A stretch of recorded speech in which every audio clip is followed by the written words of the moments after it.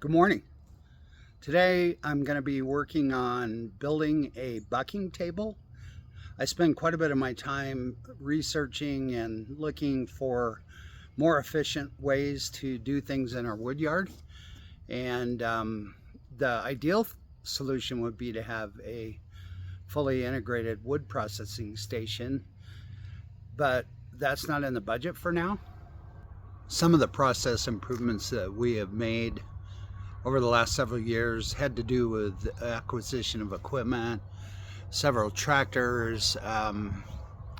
We got a conveyor and commercial splitter, and I feel like those are the splitting process is high level right now. The area we need to improve is the bucking, and so that is the reason I'm working on this bucking table, hopefully to improve efficiency and make it easier on us for high-speed bucking. Okay, now I'm going to get started on the process of building this bucking table. To build this bucking table, I watched a lot of other YouTube videos to try to figure out his design, and I like to give attribution to those that I used their ideas. One of them was that built a really nice table, was Sawing with Sandy. I'll put a link to his video in the description. Another station was Brock over at Rock Hill Farm. This one will be probably a little closer to what he was doing, but they're both really good designs. I'm going to be using scrap materials that I had just laying around, which will work fine for this. They're not straight. You'll probably notice that as I'm working on this. The table design is going to have 3 sets of legs, and I'll show you that part here as we go along.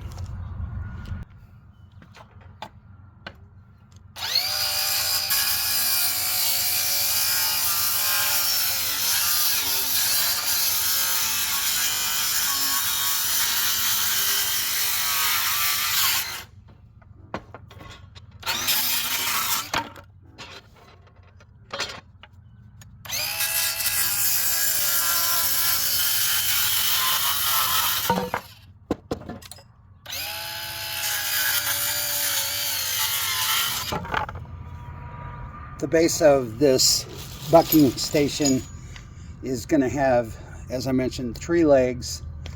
This will be the ground contact board that stabilizes the unit. It'll make more sense as you see me put it together. For each of these, I'm going to put in a couple 3-inch screws and a leg bolt to make it very strong. Each leg's going to get a 5-inch leg with a washer. Whoop,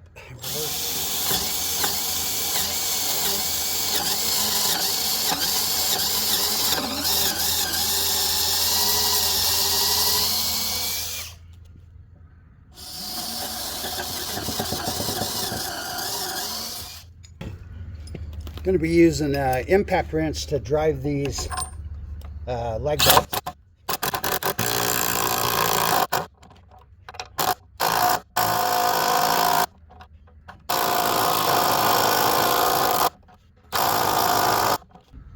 That's pretty hard wood. I might have to use a bigger bit for the hole, so make it a little easier on the impact wrench. This isn't a very powerful impact wrench. It works pretty good for most applications.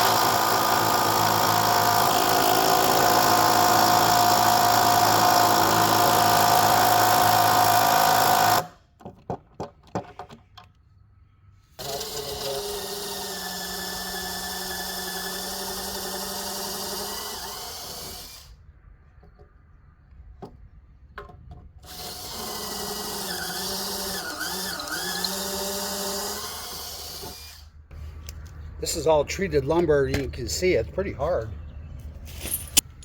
Okay, we'll see if this leg bolt goes in a little easier with a little bit bigger hole.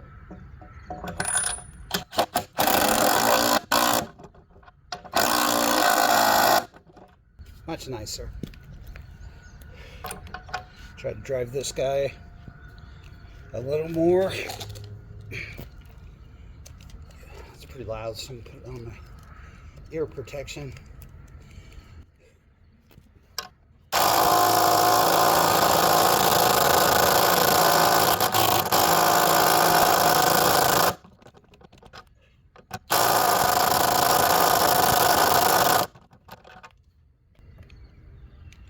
Stubborn one.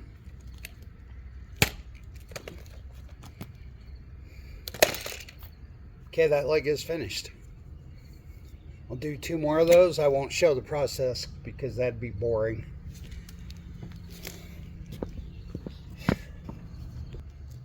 So I wasn't kidding you when I said that these boards, some of them would be twisted.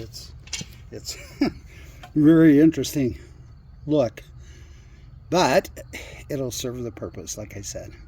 So I'm going to do the same thing here. I'm going to put 3 screws into each of these 2x8s, and then I'm also going to put a leg screw. So I'll get started on that.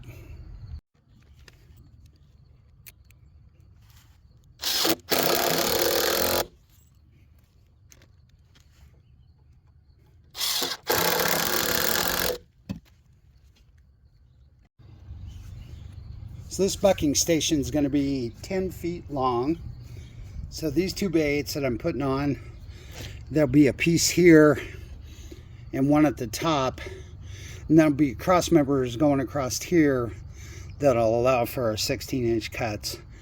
Built this probably extra heavy duty, and the reason I'm doing that is that since this is 5 feet wide, we may be able to get better than 2 tons worth of logs on this at one time, and I want the base to be substantial and of course not to tip over too. So I want it to be pretty heavy, but not too heavy that we can't move it with the forks.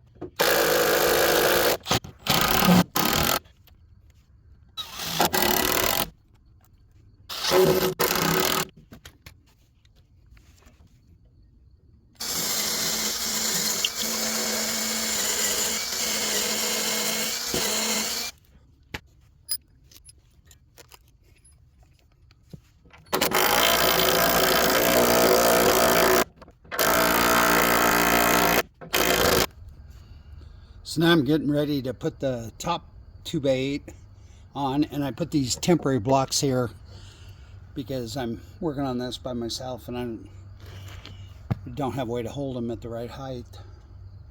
So get the next 2x8 here.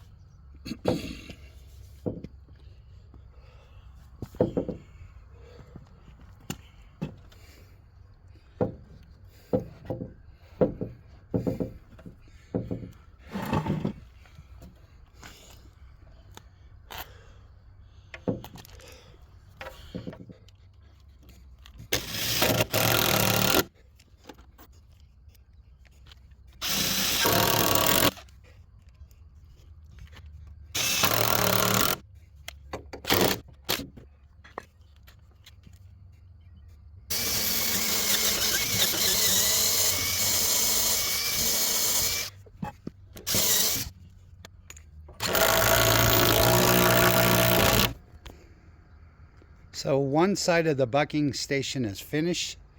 The upright part, there will be horizontal pieces that go across the rest of it.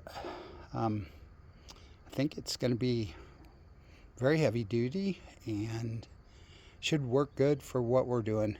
I don't know if I mentioned, but the uprights, the 4x4 uprights are 30 inches tall. And with a 3.5 inch 2x4s, I'm going to be adding the overall height of it will be 33.5 inches.